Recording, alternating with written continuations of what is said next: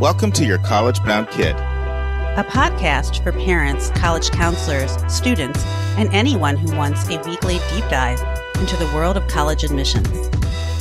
My name is Julia. I was an admission officer at Haverford College, an outside reader for Emory University, and I currently work as a school-based counselor at a school in Massachusetts. I'm Lisa, and I'm a clinical psychologist and college counselor. I have a daughter in college, a daughter in high school, and a son in middle school. After 30 years in Chicago, we recently moved to North Carolina. My name is Mark. I'm a college coach in Atlanta and the parent of two daughters. Karis, a graduate of Davidson College, and she is the founder of the Spanish tutoring company, SpanishHelpToday.com. And Joy is a wellness coach at the Keenan Flagler Business School at the University of North Carolina in Chapel Hill. And I'm so blessed to be able to work alongside both my beautiful daughters at School Match for You, a college counseling firm that I founded in 2010. Good afternoon, friends. I'm still in the clouds from my exhilarating 26-day trip to California, where I visited 20 colleges, traveled almost 2,200 miles, and met with more than 25 students. But I'm also happy to be home. Two things can be true at the same time. Now, my body's still on West Coast time. Our regular listeners know I'm a night owl. Before this trip, there have been several times I would be texting a parent in California that I'm working with, and they would be like, Mark, I need to go to bed, because it's like 10:30 their time, and it's like 1:30 my time, but I'm still like wide awake. Well, after this trip, I am in trouble because it's like 4 and 5 a.m., and I'm just starting to get sleepy. So hopefully I'll get back to East Coast body clock sometime soon. But let's transition and talk about today's episode. So I have an important announcement, a confession, and then I want to answer a question from a listener that was sent in. I also want to answer this question because I've been getting asked it quite a bit in the counseling room. Now, I was going to share my top takeaways from the NACAC conference that over 6,500 admission professionals and college counseling professionals attended. I'm going to hold off on that for a couple of reasons. One, the audio recordings were not available immediately. There's a delay between when all the recorded sessions became available. I do want to go back and listen to some of the ones on demand that I couldn't listen to because, the way the conference is set up is you'll have like 16 choices of sessions in any given time slot. Well, you can't be in 16 places. So I do want to listen to some more of them. I also want to talk to Susan and get her takeaways and incorporate her feedback into what I'm going to share. So I promise you'll hear NACAC feedback. It's an important conference. You kind of get the tone of where college admissions is going, the zeitgeist, major trends, initiatives. And every year I've really done a session where I've shared that with you. I usually do it for the SACAC conference as well. So that is coming. My announcement is that Carlin Green is doing a webinar for us October 8th, which is tomorrow. Now, I'll be completely honest. I was so in the California zone that I have failed to be reminding everybody of this for the last 3 or 4 weeks because this one got on our calendar like 3 months before. So we'd love for you to attend. It's 8:30 Eastern, 7:30 Central, 6:30 Mountain, 5:30 Pacific. All our webinars are exactly 1 hour. They're Q&A, and this one's on how to win external or outside scholarships. Our format is Q&A, so we encourage you to just go to yourcollegemindkid.com, go to the events tab, and sign up. All right, my confession. Well, your college-bound kid, whatever we do a deep dive on a topic. Our motto, our slogan, our mission is to make college knowledge available to all. But the 2 hours with David Graves just on one spotlight for UGA and the 7-part deep dive with Andy Strickler on athletics. Yeah, they're in line with their mission, but they were partly to accommodate the fact that I knew I was going to be in California from September 7th until October 3rd. And with my grueling schedule, there was not going to be an opportunity to do podcast interviews. So I had to get some content done in advance that would last through the trip. You may have also noticed we're not doing as many hot topics in the news on Thursdays as we used to. And part of that is because all of us as counselors, I'm talking about our whole counseling team, our whole Your College Bound Kid host team. We're kind of like accountants now. Once you get into September and October, that's like an accountant, in March and April. And so you guys have been sending in a boatload of questions. And quite honestly, it's a lot easier for us if I say, hey, Julia, you got an hour? Hey, Vince, you got an hour? Hey, Susie, you got a Vince? Or if we're doing a roundtable, we can take 60 to 90 minutes and bang out 4 questions and have content for 4 weeks versus an article recording every week where you need to select the article, research the article, record the article, and you do all that, and then bang, the next week you're right back at it again. So we are going to continue to do articles. We're not moving away from them completely, but at least now through the super busy season, it's a lot easier for us to answer your questions. And quite honestly, you're sending in a bunch of them. And also some of the other things like recommended resource, admissions tip, admissions vernacular, big number. Still doing them, just not doing them every week during the super busy season that we have right now. It's just part of our time management, trying to manage the staff. Plus, we have a few of our co-hosts who, are tied up with some other things right now and not available for recording. So just want to explain that to you. If you notice slight differences in our regular format, there's a lot of great college admissions podcasts out there, but there's a reason why nobody else is doing 2 to 3 hours of fresh content every week. It's because it really is a big time commitment. So this is just some of the ways in which we can continue to bring you an episode every Monday, every Thursday, but still kind of make it work for us as well, given our other obligations. So just wanted to be totally transparent with you about that. All right. So let's transition to our question for the day. I'm going to play the question and then I'm going to comment on it, which I'm excited to talk about. I am a senior in high school and I did really well on my SAT, and I am applying to some colleges that say they do not look at test scores. Is there a way for me to subtly let the colleges that are test-free or score-free or test-blind know what score I got on the SAT, or would this be inappropriate?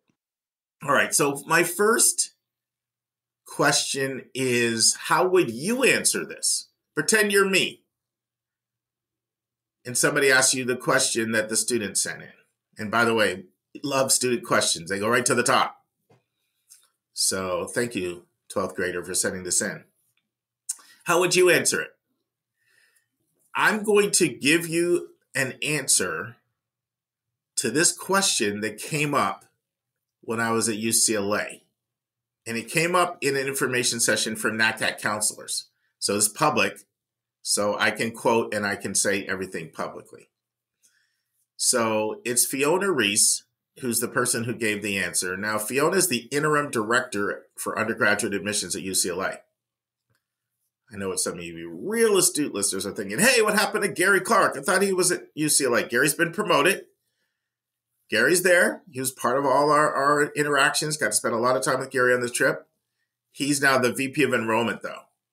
So he's the big dog.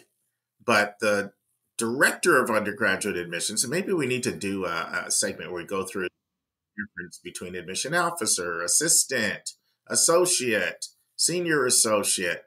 There's a bunch of titles out there. Director, dean, VP of enrollment. Maybe we need to do that at some point. It might be helpful for you guys. But anyway, it's usually the director that's running the everyday decisions. In some cases, it's a dean, depending on the school. The VP of enrollment, they're doing a lot of other things. They're really watching the numbers, what they're doing.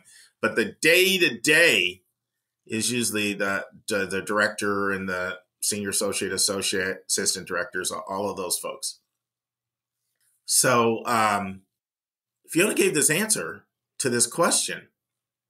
And, sometimes you just feel like an answer just hits you right between the ears, like a brick. And that's how I felt her answer was. I absolutely loved it because I'm a straight talker myself and I like straight talk. So I'm going to share with you how Fiona answered this question, and we're going to talk about it a little bit. So as you may or may not know, the UCs are, pick your term, test-free, score-free, test-blind. I like to use all three of them interchangeably because different schools have their preferred terms. Sometimes some schools will say test blind. Others say don't say test blind. It's offensive to people with disabilities. Other people use score-free. Some people say test-free. The UCs tend to use the term test-free. So I will use that in this conversation. But just know, if you're familiar with score-free or test-blind, they are all synonyms, okay? So this is what she said. And I'm paraphrasing her, but this is the essence of what she said. She was very clear. All right. The first thing she said was, students are always trying to sneak in their high test scores into their applications. And you say, well, how are they doing that? Well, think about the UC app. There's several places that they could do it. There is what are known as PIQs, okay? Personal insight questions. You can pick 4 of 8, and they're an opportunity to write, about a paragraph on a topic usually related to personal quality. Fiona said people write about that. They'll talk about how they started out as a low scorer and then they, with hard work, and they're trying to emphasize their hard work and their perseverance or whatever, and they got their score up to this. And they think they're showcasing their perseverance and hard work and dedication. She said happens all the time. Another place people try to slip it in is in the additional information section. So they'll slip it in there. And you can write anything, and they kind of find a way of getting it in there. So the point is, people are always trying to sneak their scores in. And this is what she said about that. When I see somebody who tries to sneak in their test scores, I can only come to one of two conclusions. The first one is, do you think the rules do not apply to you? Did you catch that? We told you we're not looking at test scores. Do you think the rules do not apply to you? And then she said the second one is, you don't seem to know how to follow instructions very well. You don't know how to read carefully. And then she said, neither one of these options bodes well for you. And I was like, wow, that's some straight talk. That's some straight talk. And so the point is, I'm asked this question a lot as well. So there's your answer. There's the interpretation. Either you don't think the rules apply to you, and you've got some entitlement going on where the rules apply to others but not to you, or you don't follow instructions very well. And the reason why I think that's significant is because this is just based on conversations I've had in the counseling room. Sometimes when a student has really high test scores and a school's test-free, score-free, test-blind, the mindset that they have is, well, they're not going to count the score, but I'm sure it doesn't matter if they see it. Maybe if they see it, it sticks in their mind, and now they kind of know, oh, got the 1580, got the 3536, whatever. So kind of no harm, no foul. It almost reminds me of like Andy Borst, who's over VP of Enrollment at UGA, but he used to be VP of Enrollment at UIUC, or Illinois Urbana-Champaign. And he used to say, you can send us recommendations, but they go to the shredder. And by that, he meant it's not going to help you, but it's not hurting you either. It's just a complete non-factor. So you need to know that what UCLA and Fiona Rice is saying, no, it actually hurts you because you're displaying entitlement or an inability to read and follow instructions. And it's a super competitive admission process that only 1 out of 11 kids get in. And that's, in general, could be much more than that, depending on your college major. So that's off-putting to us. There's a difference between a message being like, it's not going to help you, but it's not going to hurt you. So, if you do it, fine. We're just going to throw it out. If you don't do it, fine. We're both the same. This example popped in my mind, but it might be weak, but I'll use it anyway. It's like you go order some food at a restaurant, and they say, "Did you know that comes with a free drink?" And you're like, "Oh, that's okay. I don't want the drink." It's not like one of these things where if you do or you don't, it doesn't matter. If you choose to send them, fine. We're not counting them. If you send them, we're just not counting them. So no, that's not the mindset. The mindset is we do not want to see your scores. So don't try to be slick and do a circuitous end route and sneak them in. Now, I asked you at the start, I said, how would you answer this question? It's complex because I approached Fiona Reese afterward, one-on-one, to talk to her more about a bunch of different things. And this is one of the topics I brought back up. And I want to tell you another question I asked her. I said, you were crystal clear, and I appreciated that. It can work against you, displaying entitlement, showing you can't follow rules. However, the UCs have an opportunity to list honors on your application. And this was a legitimate question that I didn't know the answer to. So I was very, very curious what she was going to say. I said, what about a student who's a National Merit finalist, who's a National Merit semifinalist? For those of you who don't know, you become a National Merit semifinalist or finalist by crushing the SAT, and the PSAT, sorry. And then to go on and get the final award, they look at a bunch of other things as well. But we probably need to do a whole deep dive on that. Commended student, semifinalist, finalist, different states and their cutoff levels and all that. We haven't really talked that much about that. But the bottom line is, it starts out by crushing your PSAT. And once again, people that crush the PSAT pretty much always crush the SAT. So the question was, do you see that as sneaking your score in? Do you see that as entitlement? Do you see that as not following the rules? Do you see that as not listening? And that is including the fact that you were a National Merit finalist or semifinalist, which is another way of saying I crushed my test scores. To which Fiona said, no, that's different. That's actually an honor or award that would be appropriate to put in under the academic honors or awards. So that distinction is being made. So the question is what Fiona Reese is saying, does that apply to every other school out there that's test blind, score free, test optional? Well, you can never say something applies to every individual schools. But here's what I would say. You absolutely should assume that's how other schools feel. If they're going to go so far as to say our policy is not test optional, choose your scores if you want to send them. It's not a do no harm policy. We'll only count them if they help you. We won't count them if they hurt you. It's we're not taking them into consideration. When that's the policy, they don't want to see them. And so that's the advice, and take it and apply it to your student. Thank you, student, so much for sending in this question. All right, as we transition to our interview, which you guys can tell I'm very excited about this interview. It's my interview with Erin Wolfe. I'm going to give you guys a little bit of background on this one. So I know how perplexing it is to students and parents. I would say parents maybe even more than students because they're the ones paying. When little Johnny and little Jane gets in 6, 8, 10 schools, whatever they get in, 4, 6, 8, 10, however many they get in, and the 8 awards are absolutely all over the place and their head is spinning how in the world could that happen. I know this. One of the first interviews I ever did on this podcast with 42-year veteran in the world of financial aid, David Jelinas, Davidson University. He's retired since then. This was like in 2018.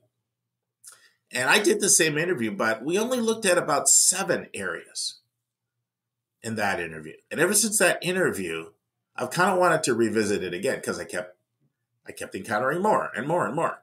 So I've been writing down all the different reasons why I see 8 awards being all over the place. And I just said, I just need someone who can address it. So that's what I do in this interview is I take all the reasons that I've experienced that caused 8 awards to be all over the place. And I wanted to do a deep dive on them. We did it in the past. You can go back and listen to that interview. I still think it's a very good interview, but we covered about 7 there. And that's what I do, in this interview. And it was particularly of almost urgency to me this year when I saw a $60,000 difference from 2 schools that claimed they gave no merit money. They only did need-based. And one case, they said, you don't qualify for anything. And another case, they said, okay, you get 60 grand. I said, okay, it's time. So I do have one confession. I don't count very well. So normally when I do an interview, I edit the whole entire thing right before it even goes to Nemanja, our sound engineer, before you even hear any episodes, I haven't edited the entire thing. Well, I was so busy in California, I couldn't do that. I could only interview a segment at a time. That's also one of the reasons why it's not up on the website yet. So I interviewed first segment 2 weeks ago, second segment 2 weeks ago. Well, now I'm back home. I have more time. So I have edited the whole thing. And as I finished it, I found out there are 18 reasons. So I know I've been saying 17 reasons. I count it wrong. There's 18. You'll hear several more of the reasons now. I hope you enjoy this interview. And one last thing. I've made a pretty bold statement in the past. I've said, if you listen to this interview and you take notes, you will be more knowledgeable than anybody other than a financial aid officer. You'll certainly be more knowledgeable than CBO college counselors, independent school college counselors, public school college counselors, CBO college counselors. And the reason why I know is I've had all those roles. I was an adjunct on the independent side, but I've done the public school, I've done the CBO, I've done the IEC, and I interact with a lot of college counselors. And I know that they don't have knowledge of this on this topic. So you have a chance to be one of the most knowledgeable people. And that's not about you puffing your head up. It's about you being able to help others. Each one reach one, spread the word. Because money piece can be super, super stressful. And we're trying to demystify it.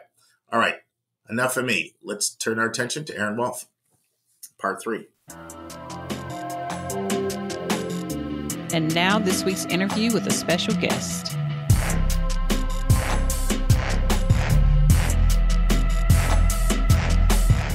Friends, in part 3 of 5 of my interview with Erin Wolfe on why 8 awards are all over the place, we cover reasons 8 through 12. I start out by asking Erin about why do some schools that require the profile do not share their home equity multiplier that they use. I ask Erin about reason number 8, how some colleges treat multiple kids in college differently than other colleges do. I ask Erin about reason 9, how some colleges treat a reduction in income after the base year as something that they can use to increase your 8 award versus other colleges who do not make this adjustment. I ask Erin about reason 10, how some colleges handle medical expenses differently than other schools. And Erin shares the things that are considered versus not considered. I ask Erin about reason 11, how colleges vary on how they handle if one parent decides to retire early. I ask Erin about reason 12. Someone didn't need aid at first, so they didn't apply for it. Now they do need aid. How some colleges handle this differently. Listen and enjoy.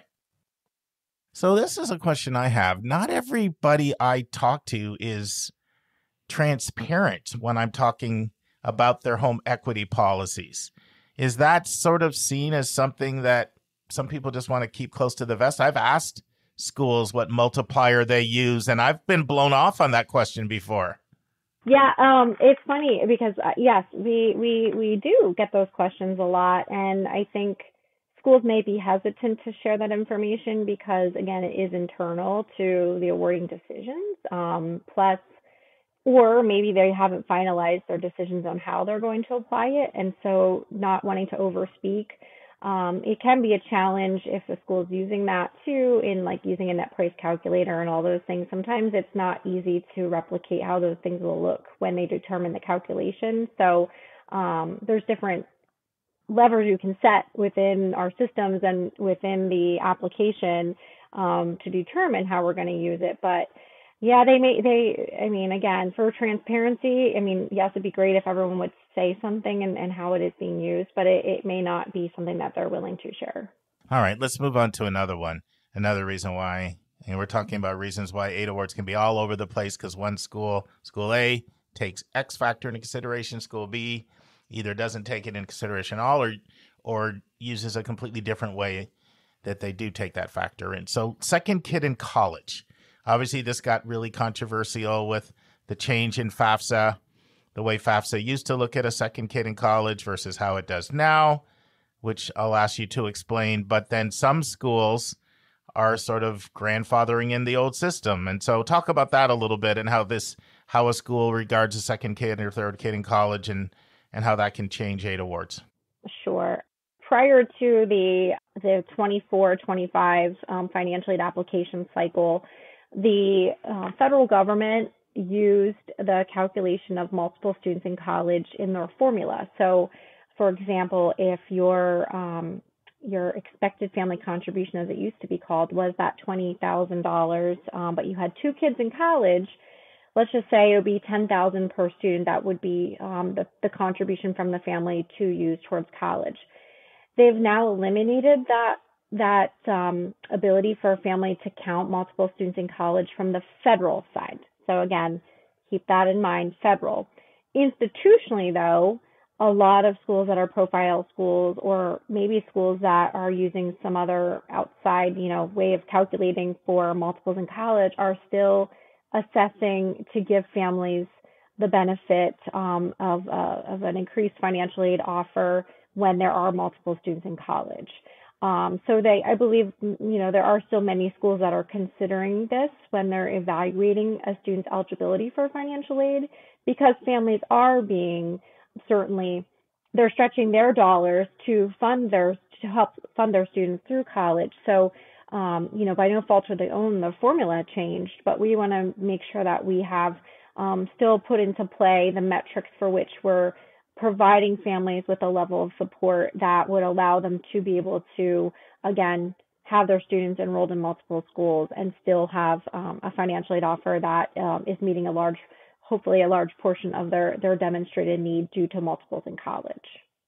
When we talk about that, adding on to it, some schools may be doing professional judgment changes. So those schools that are FAFSA only schools, they may be requesting additional documentation to understand where is your other student going to college, when are they graduating, to learn more about it, because they could then be adjusting something within their calculation on the federal side, whether they are adjusting the adjusted gross income by an offset. I mean, it will depend on what the school's policies will be, and I'm probably confusing some listeners because it does get a little, it's the work we're doing inside to adjust things that a family can't just go into the FAFSA and change. So we have the ability to make some adjustments based on new information that we have in determining our institutional aid.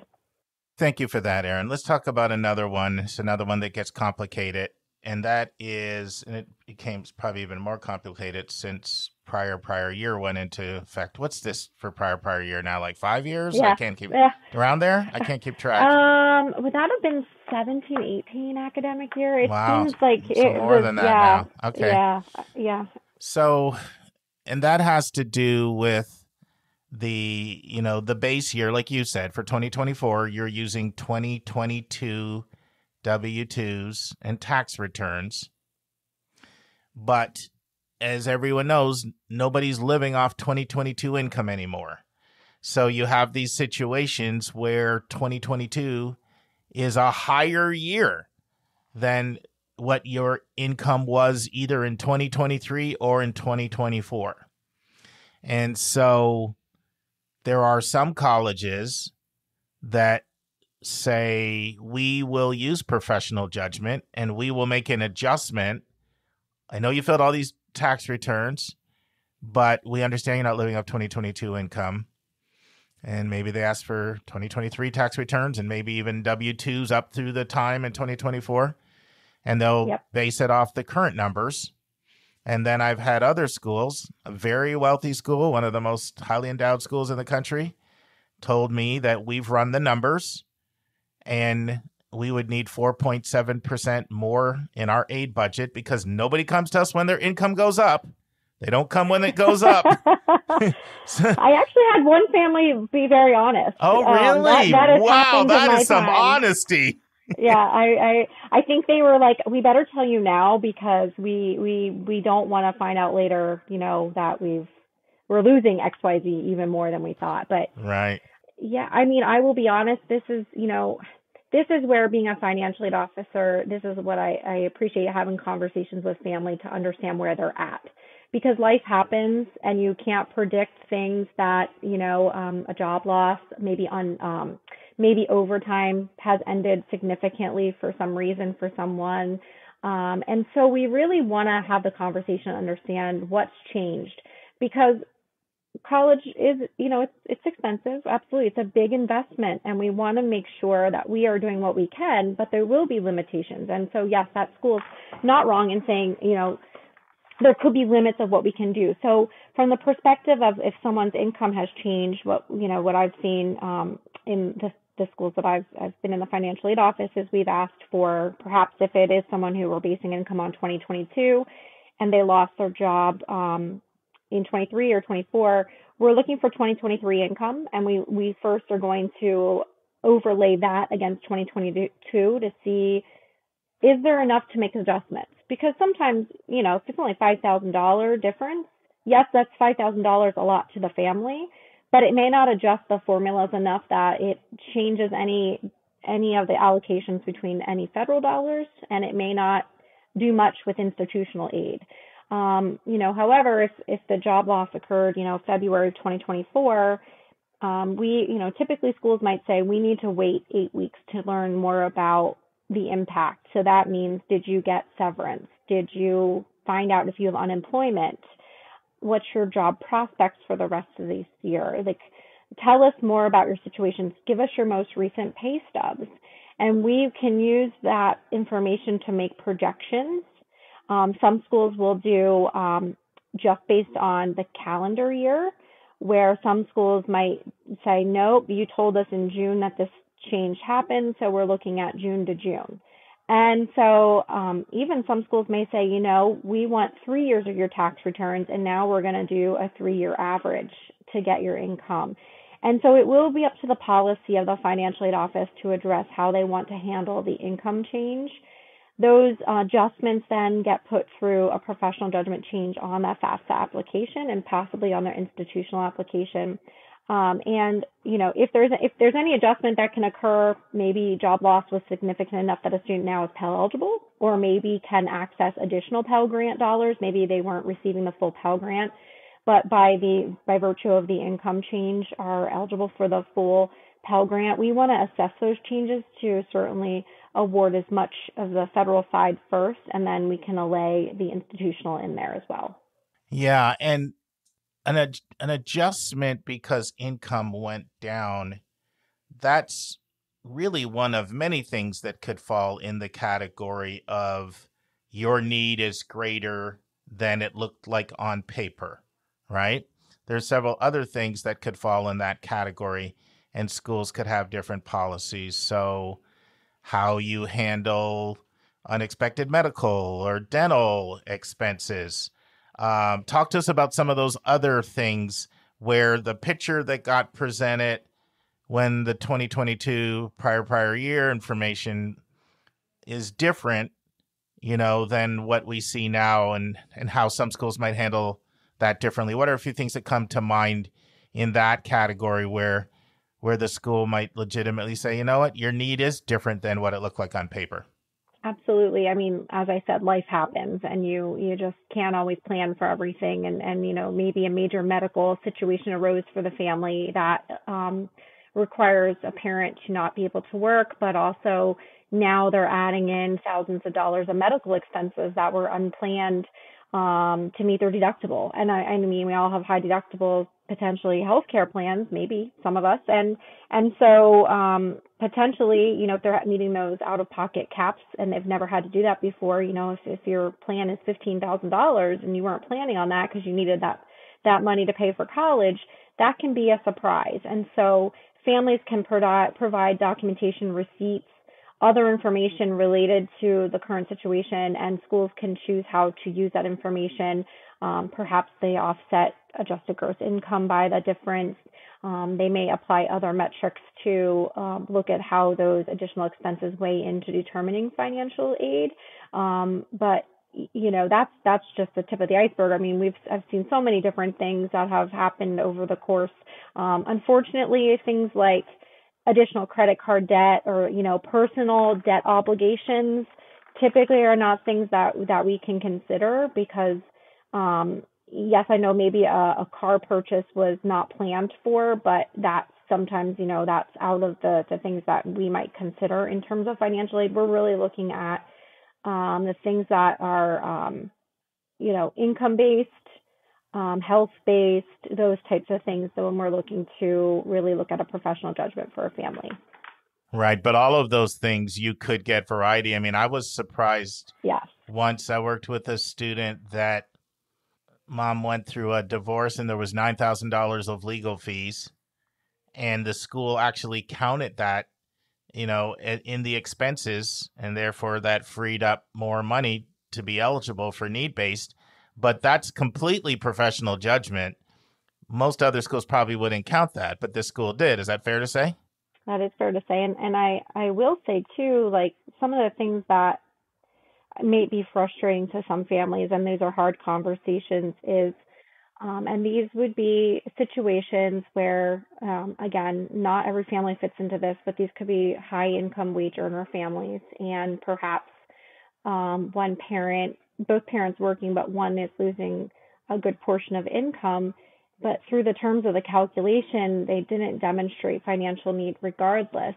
And even though income maybe is even half the amount, even through running it through the calculation, the family still doesn't demonstrate a change that is enough to equate to a change in how federal aid was determined, maybe through like the unsubsidized loan, and maybe doesn't even lead to any additional eligibility for need-based financial aid at a school. Those can be tough conversations because, a family that maybe had merit and this other school didn't give merit, but now they're only assessing need-based aid, which we're going to talk about in a minute. Those are difficult conversations just in the way the calculations do kind of turn out in the end. No, that makes a lot of sense. So what have you seen, Erin, when it comes to two parents, and one chooses to take early retirement or not work for a while? That could obviously adjust income significantly. Is that just kind of is what it is? Or do you see some schools saying, well, that was not your financial picture at the time you applied. And let's say a family went from being full pay to now they're really needy because somebody, decided I'm not going to work anymore. Is that an area where two schools might handle that differently? Absolutely. I will say, early retirement or a retirement, maybe due to other medical reasons that, really entice the family to have a parent retire does happen. And schools will look at that differently. I will say that I would much sooner look at that situation from my side versus maybe a parent who has not been working and chose not to work, and that's not calculated in. I mean, we're looking at the income for that house, but some families will say, hey, my spouse or partner doesn't work, so you're going to give us more aid because of that, correct? No, we're using the household income as a whole, whether it's based on one or two incomes. But parent retiring, every school is going to have a different process, and they might decide not to review it immediately. They might say, you know what, we really need to learn more about your financial situation and your picture, and maybe we're going to push that to the next cycle because we want to see what your pension payments are. Like, are you receiving a pension payment, or what are you pulling from an IRA to, also help you since you've lost income of some sort. And so it will be up to the school to determine how best to address it. And again, it may not be with institutional dollars. It might be like, we can get you additional federal, or we can offer you XYZ loan, but thank you so much for sharing your information, but we can't do anything additional at this time. So yes, that's going to be school specific. The schools that I have worked through, we've always worked with our families through that process because it may, especially if we've had the profile, we've known maybe some information up front that there was a planned retirement, but sometimes things are unplanned. Generally we're pretty empathetic to what's happening. But again, it will be based on the school's philosophies and their ability to help with the budgets they have. Yeah, and I think that ability help is really important because so many times it's not a matter of will. Like, the financial aid people would probably love to, allocate resources for some of the appeals that you hear. But if it's not, like pretty much nobody's dealing with unlimited resources, right? And so the constraints of your resources end up impacting your policy on so many of these things. Absolutely. I wish we could all have a money tree. Yes, there you go. You put it so bluntly. I just thought of this. This is not one that I sent you in my original outline, but it's one I've seen, and that is the family that doesn't apply for financial aid at all at first. And then they have a change of circumstance, and then they come back and request money. And there's, I had a situation like this year before last, and the school said, I'm sorry, but, we're a need-aware school, and we admitted you as a full-pay family. And now this particular school said you could apply next year, but our policy is you have to wait a year. But I know some schools, it's 2 years. In some schools, it's even 4 years. Like if you don't apply for financial aid up front, you can't get it for additional years. Have you seen all of those models out there? I would say I specifically haven't seen that. I've obviously we've felt those situations, being in the schools that I've worked in, private education. But I will tell you the issue on that end is sometimes related to merit scholarships more so than maybe need-based financial aid. And I think some schools are very specific in that merit is only offered as an incoming student. And if you didn't qualify or you did not receive a merit scholarship, there is no opportunity to receive that in the future, even if you have a financial change and you didn't apply or you didn't wave your hand that you plan to be assessed for some sort of financial aid. Need-based wise, yes, schools may choose to walk the family through the process, but they still may be somewhat limited, especially depending how they are looking at their financial aid budget, whether it's by class year or did they do an overall budget. I mean, again, it depends very much to the school and how they're kind of divvying out their dollars and what capacity they can assist. Friends, this concludes this segment of my interview with Erin Wolfe. We hope you join us next week for the next segment. On Thursday's episode, Julie and I will continue taking a question that we're both frequently asked in the college admissions office in our counseling room. And our roundtable's back.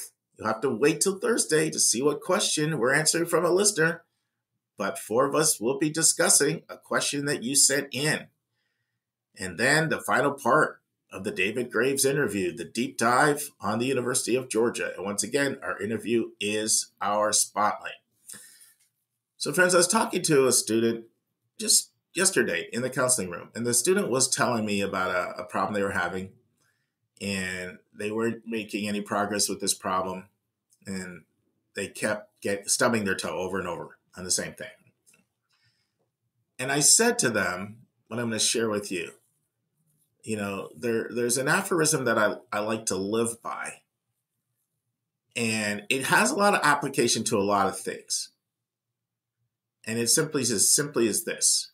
If you always do what you've always done, then you'll always get what you've always got. Did you catch that? If you always do what you've always done, you'll always get what you always got. So the point is this. If something's not working for you, you need to change your course of action. That could be the calculus class you're in right now that you're struggling in.